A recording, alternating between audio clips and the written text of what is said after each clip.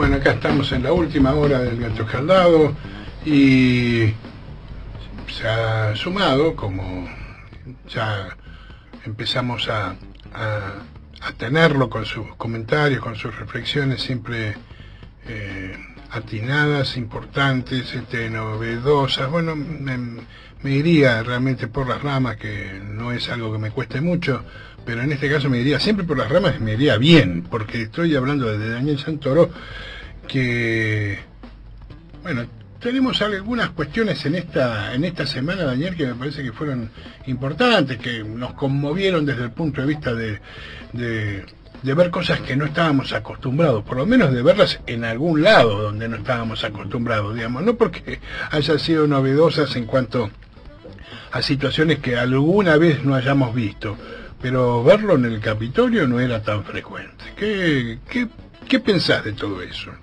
Mira, ¿qué tal? Buen día a todos. César,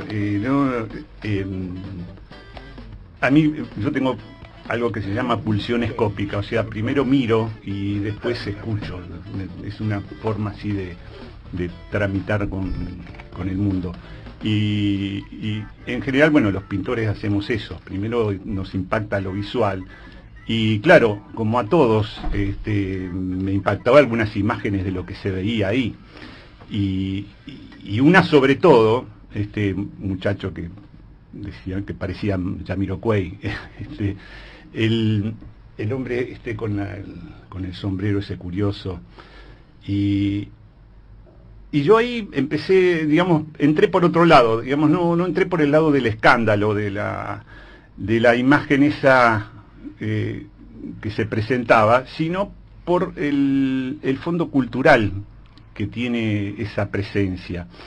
Después me enteré de quién era ese personaje, que es un ser detestable, racista, de lo peor que no puede imaginarse, pero su disfraz o su forma imaginaria tiene otro fondo, y que me parece que ahí merece una reflexión un poco más aguda, un poco más atenta, que de la que se dijo, porque por ejemplo se decían palabras como republiqueta bananera, cosas así, términos, digamos, buscados para ofender, y a mí me parece que ahí hay que poner un freno.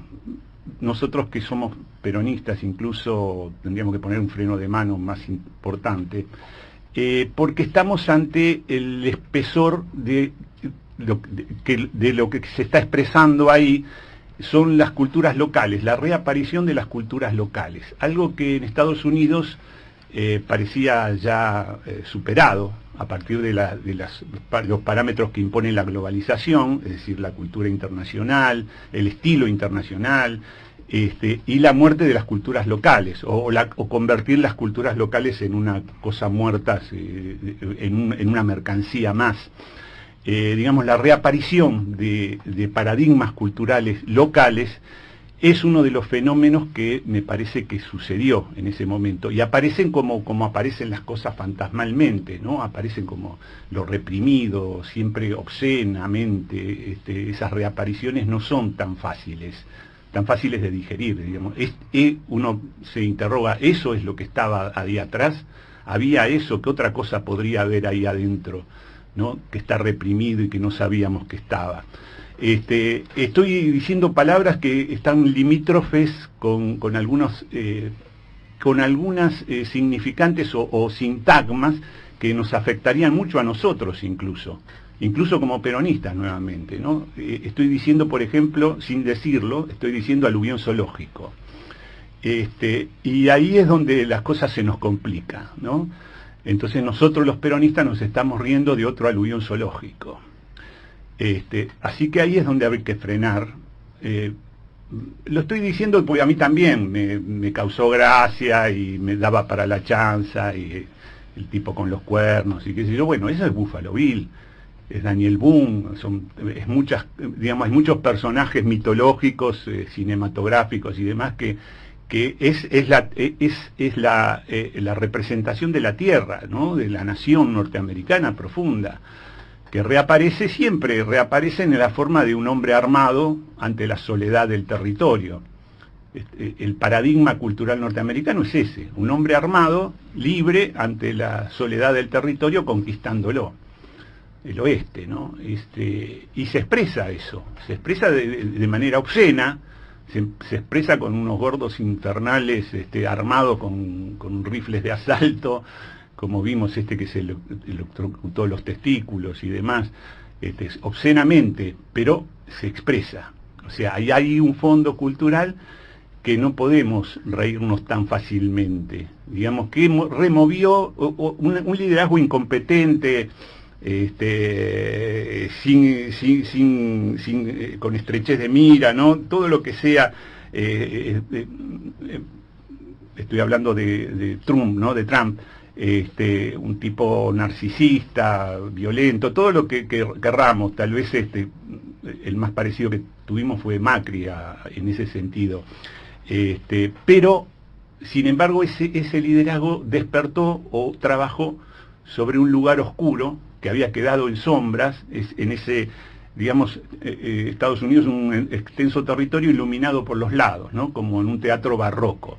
Digamos, de los dos costados hay columnas de luces que iluminan California, Nueva York y demás, ¿no? Y ahí se ríen de eso que queda de ese cono que queda en sombra en el centro de Estados Unidos.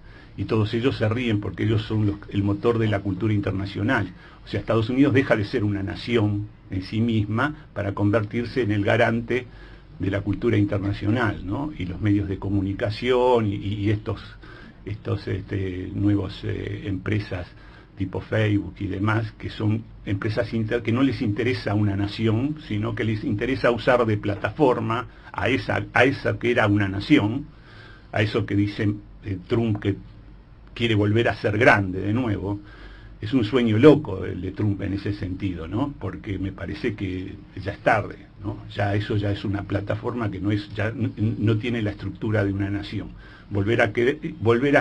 Digamos, lo que reaparece es ese sustrato cultural que está ofendido, que fue ofendido por todos este nuevo sistema de globalización, que quiere volver a construir una nación. O sea, bienvenida a Estados Unidos en ese sentido. Mirá lo que podríamos decir: bienvenido a Estados Unidos a los estados nacionales de nuevo.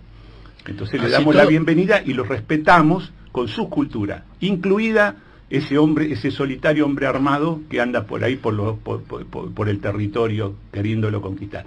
Va a ser la vieja nación imperialista de siempre, nuestro viejo enemigo.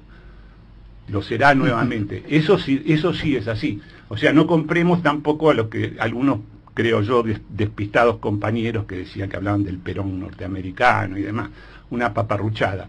Pero sí, ahí se despertó el sueño de una vieja nación que quiere volver a hacerlo. Y entonces tiene pensaba en Hopper, vos sabés, en uno de los pintores, ejemplos de ese nacionalismo, de ese regionalismo. Hopper estaría más bien del lado de Trump, sin duda. Y me parece por muchas declaraciones que tuvo en su momento, ¿no?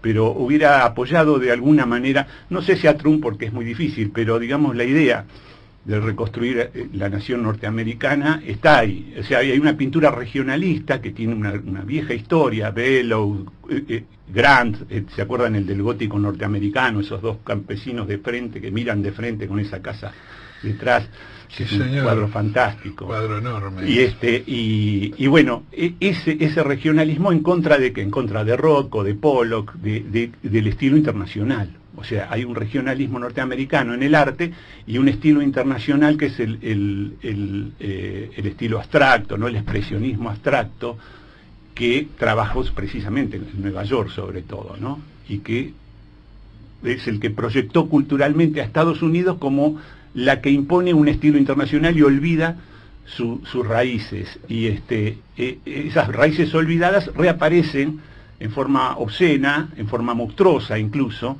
ahora. Y nosotros deberíamos verlo con más cuidado eso. Y no sé si darle la bienvenida a una nueva nación, pero de todas maneras, pero algo de eso provocadoramente podríamos pensar, ¿no? De todas maneras es la nación blanca, ¿no? Exactamente, racista, como siempre lo fue. No soportaron un indio dando vuelta por ahí ni loco. Bueno, peor que nosotros en ese sentido. Ya te dejo, sí. Pájaro. Un solo tema. Hay una película, 1910 18, por ahí, Griffith, que es El nacimiento de una nación, una película muda, 20 y pico debe ser aproximadamente. Es una película, debe ser la quintaesencia del racismo hecho cine. Total. Ahora, se lo valora y se lo respeta básicamente porque la película es una superproducción para la época, y por otro lado porque es como un manual del cine moderno en film, ¿no? Lo que hizo Griffith ahí fue crear las bases del cine moderno. Así todo el contenido era tremendo, pero es esa nación, ¿no? Tal cual. Si yo te quería hacer estaba pensando, claro, yo no estoy tan en la pintura, ¿no? Sino más en lo escrito. Entonces pensaba, blancos del sur, como Faulkner, como Carson McCullers, como Flannery O'Connor, gente inteligente, muy inteligente. ¿Cómo se posicionarían esto? Pues yo creo que no tienen lugar en medio de... Y en los demócratas modernos globalistas ni con Faulkner. Claro, porque detrás de todo esto lo que sucede acá es un liderazgo fallido, que es el de Trump, que es insoportable. Entonces, si hubiera tenido cabeza, esto hubiera sido de otra manera, seguramente. No sé si da espacio para estas ideas, ¿no? De renovar, digamos, la idea de nación en Estados Unidos. Pero lo de Trump fue una payasada insoportable. Entonces, claro, se presta como para el tiro al muñeco, ¿no? Lo que hicieron pelota. Ahora, pero yo veo, por ejemplo, los editorialistas de CNN y demás, y a mí la verdad me siento más del lado de Trump que del lado de estos hijos de puta, ¿viste? Entonces, o sea, ante dos hijos de puta, no sé, tengo más empatía con uno, pero no con el sistema global. Porque yo creo que si Trump hubiera tenido una posición más lógica con respecto a la pandemia, más humana, no hubiera perdido, y ahí consolidaba algo, pero no tuvo cabeza para eso. No es un estúpido, una especie. Quizá no la tuvo nunca, ¿no? Este es el tema, nunca tuvo esa cabeza, así que es como que siempre fue un intento fallido, sí, el de Trump. Pero ciertamente es interesante este tema de un raro, extraño retorno, digamos, a esa idea de la vieja nación norteamericana en tiempos del globalismo más absoluto, y donde, qué sé yo, los grandes gigantes de la economía.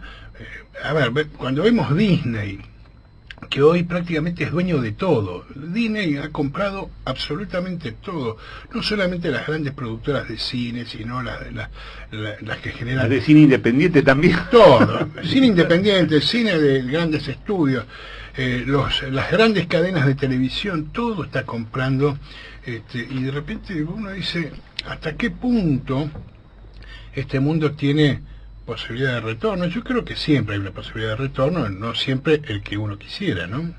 Tal cual, sí, de todas maneras la gente tiene su... ahí está el empuje, ¿no? de la libido de cada que podemos pensar en un pueblo con su libido, quiere sobrevivir. De hecho, bueno, vemos con todas las estupideces, las equivocaciones, las cosas terribles que hizo Trump, no perdió por tanto tampoco. O sea, dejó consolidada una masa votante importantísima, que se van a ocupar de licuarla, ¿no? Porque, más voto que antes. Claro, de todas maneras todo ese sistema que vos decís, César, es el que va a licuar ahora todo ese poder en 2 o 3 miniseries y 3 o 4 películas de gran éxito que van a terminar de imponer el mito como ellos quieren. Y le van a aplicar el lawfare a él. Claro, exactamente, no va a ser víctima de todo eso, o sea, no esperemos que no haya una respuesta, porque los tipos están muy alertas. Ese es el otro punto en el que nos encontramos, ¿no? El que son un poco me parece los debates que nos tenemos que dar en estos tiempos. Nosotros casi hemos caído en una especie de colonialismo de los contenidos televisivos, de lo que vemos y todo lo más absoluto. Total, dependencia total. Lo de las estas plataformas al estilo Netflix o Amazon, todo lo demás, dependemos de lo que pase ahí para ver algo, a veces de lo que tiene que ver con nosotros, porque, a ver, es como tremendo haber llegado a esta altura de los acontecimientos y no poder ni siquiera producir los contenidos de nuestra propia historia, sino tener que esperar que lo haga Netflix. Sí, sí, sí. Es Y hay ridículo, joyas ahí, ¿no? porque lo paradójico de eso es que uno encuentra pequeñas joyas, o sea, cosas fantásticas ahí adentro, pero es la lógica del licuado de multifruta, ¿no? O sea, siempre más o menos tiene el mismo gusto, por más que haya una frutilla de las mejores, o eso, pero todo queda licuado ahí adentro y te vas a tomar siempre más o menos lo mismo. Y eso es lo que pasa. Sí, quería Me encantó. pensar en esto que decías de como cuánto esas figuras nos acercan a los que podemos pensar en pensamiento nacional y popular en Latinoamérica, pero también en Trump antimexicano, encerrando a los nenitos que iban con Sí, sus sí, padres, salvaje, ¿no? Y que eso también le dio gran cantidad de votos, Sí. la contradicción de que incluso latinos o mexicanos inmigrantes de Estados Unidos una vez instalados lo votaban, ¿no? Toda esta contradicción en Sí. este personaje que es Donald Trump. Sí, pero él es el emergente de esa cultura norteamericana que es salvaje, que es agresiva, que es violenta, ¿no? Tiene, bueno, el hombre armado que dispara, ve algo derecho a sospechoso armarse, y ¿no? que es paranoico, siempre afuera está el mal, siempre afuera está el pecado, está Bueno, el tipo que me viene a quitar las cosas. En las imágenes del otro día hay una que es muy interesante verla. Están adentro del hemiciclo de la Cámara, hay 3 personas apuntando, cada una con un revólver, apuntando a los que estaban... Son los guardias de seguridad que quedaban, a los que sí. estaban del otro lado, Sí, ¿no? sí. Entonces vos decís, esto es el Far West. Sí, sí. Pero, claro, pero... ¿Cuántas imágenes de esas vimos en un salón de un bar disparándose al Yo piso? creo que los norteamericanos hacen su propia película permanentemente, Claro. ¿no? Es decir, todo es ellos tienen, me parece que tienen una cultura de la imagen, no sé, es una idea mía que tengo, como quizás ninguna otra nación en la Tierra. Es decir, Claro. por eso uno a veces dice, a ver, ¿qué están dando? Un documental sobre, yo una vez vi un documental que tenía que ver con la creación de las grandes marcas norteamericanas. Lo extraordinario es que está todo filmado. Tienen filmado, creo que hasta el primer día que el Ketchup Heinz empezó a funcionar, la fábrica y todo lo demás. Yo digo, tiene una gran cultura de la imagen. La han manejado muy bien. Y bueno, de hecho el cine norteamericano hoy es un gigante. Son los tanques, como dicen, los grandes tanques, que prácticamente han hecho desaparecer el cine en todo el mundo, más allá de que se filme en todo el Sí, mundo. sí, sí. Pero el cine como fenómeno industrial, como fenómeno que tuvo en alguna época, en la que cuando uno era joven, pájaro, vos te acordás. No, ya no te acordás de cuando eras joven. Sí, nos acordamos, no es para tanto. Tenemos la misma edad, así que Culturalmente era más pro norteamericano que pro europeo. Sí, ¿no? Sí, claro. Cuando era todos chico, teníamos- no, pero- serie negra, los escritores me gustaban los americanos. pero después no te agarró, a mí me agarró, por ejemplo, los años del gusto por el cine europeo. Me gustaba el neorrealismo, a mí me conmovió tanto, y creo que imposible que no te conmueva, digamos, especialmente si además tenías una cierta inclinación por lo popular y por lo social y todo lo demás. El cine del neorrealismo, el Fellini, todos eso tuvo 6, 7 directores fabulosos en la Italia de la posguerra. Ahora, Sica, Fellini, Eso, Visconti.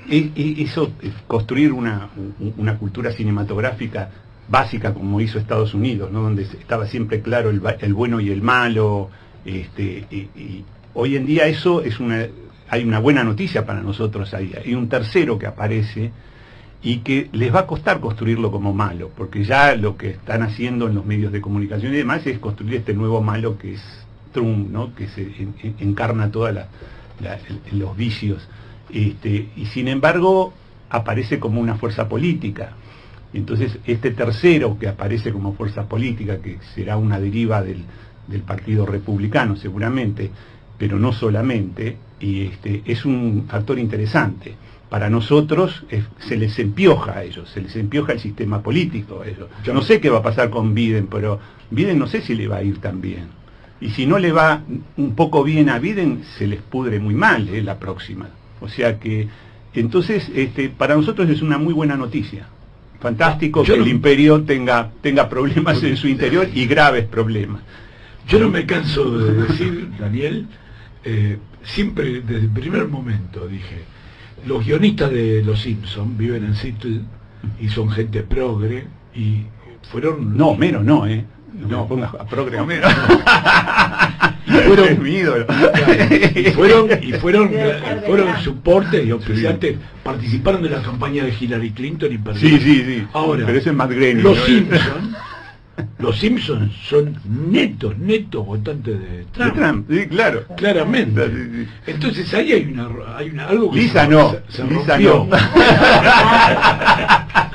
Bueno, pero no le fue bien, pero no vota. Llevándolo al plano político, el dato político del gabinete de Trump es que los progres quedaron afuera. Quedaron afuera. Este, Sí, sí. O sea que vamos hacia a un gobierno más de las derechas, de los demócratas. Bueno, Perón decía, ¿no? ¿Te acuerdas que los norteamericanos habían hecho la fantasía de la democracia norteamericana, viste, que habían creado dos partidos de derecha? Claro, bueno, eso es real, eso es tal así, cual, ¿no? sabias palabras, ¿no? Como siempre, como siempre. no, nada cambió. Hay que, No hay ver, nada hay que nuevo. ver si Sanders tiene descendencia, ¿no? Parece que sí, pero no se sabe. Y ahí hay yo creo que en un punto parte del caudal de Trump debería tocarse con Sanders. Ese sería ahí habría una solución. Eso se llamaría peronismo. Pero bueno, no sé si pueden tanto, no sé si dan para tanto. No, todavía no, le falta Porque bastante. no podemos negar el contenido popular, nacional y popular del votante de Trump, no lo podemos negar eso, porque ahí nos equivocaríamos. Y el sentido progresista de Sanders. Esos dos mundos, si esos dos mundos se juntan, podríamos empezar a conversar en otro nivel.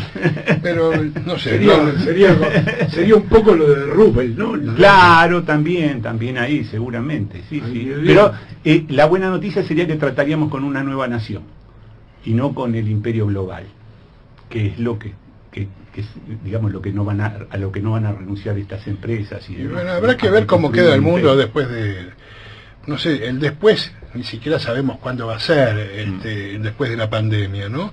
Pero sin duda algunas cuestiones van a cambiar, no sé finalmente para qué lado. Perón decía también que los procesos de modificación en la historia son muy lentos, digamos. Él decía que los procesos de evolución eran de largo aliento y que los hombres podían hacer alguna vez modificar algunas cuestiones, pero muy puntuales, digamos, dentro de lo que era el gran proceso de la evolución. Me parece que estamos frente a una situación que podría dar para algunos cambios de ejes, pero que también están por verse y también están por construirse, ¿no? Sin duda, sí. El pasado es muy fuerte, todo esto, está muy bien lo que pasó, pero los grandes intereses que todavía manejan la economía del mundo siguen siendo los mismos, digamos, no ha cambiado, digamos, y no sé si están dispuestos a que esto cambie.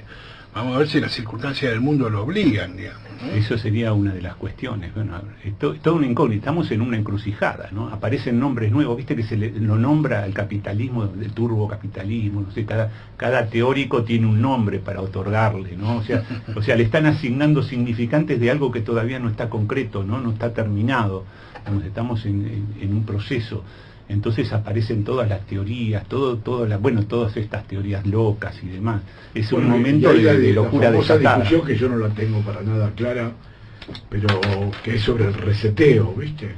Y lo que pide el Papa, la condonación de la deuda, que sería maravilloso que ocurriera, pero yo no veo cómo podría ocurrir. Es muy raro, ¿no? Todavía no está todo muy revuelto, nadie puede decir, no sabemos qué va a pasar dentro de 3 meses si vamos a estar encerrados con una quinta ola terrible, así que bueno, va a haber que esperar. Bueno, vamos a hacer un pequeño relax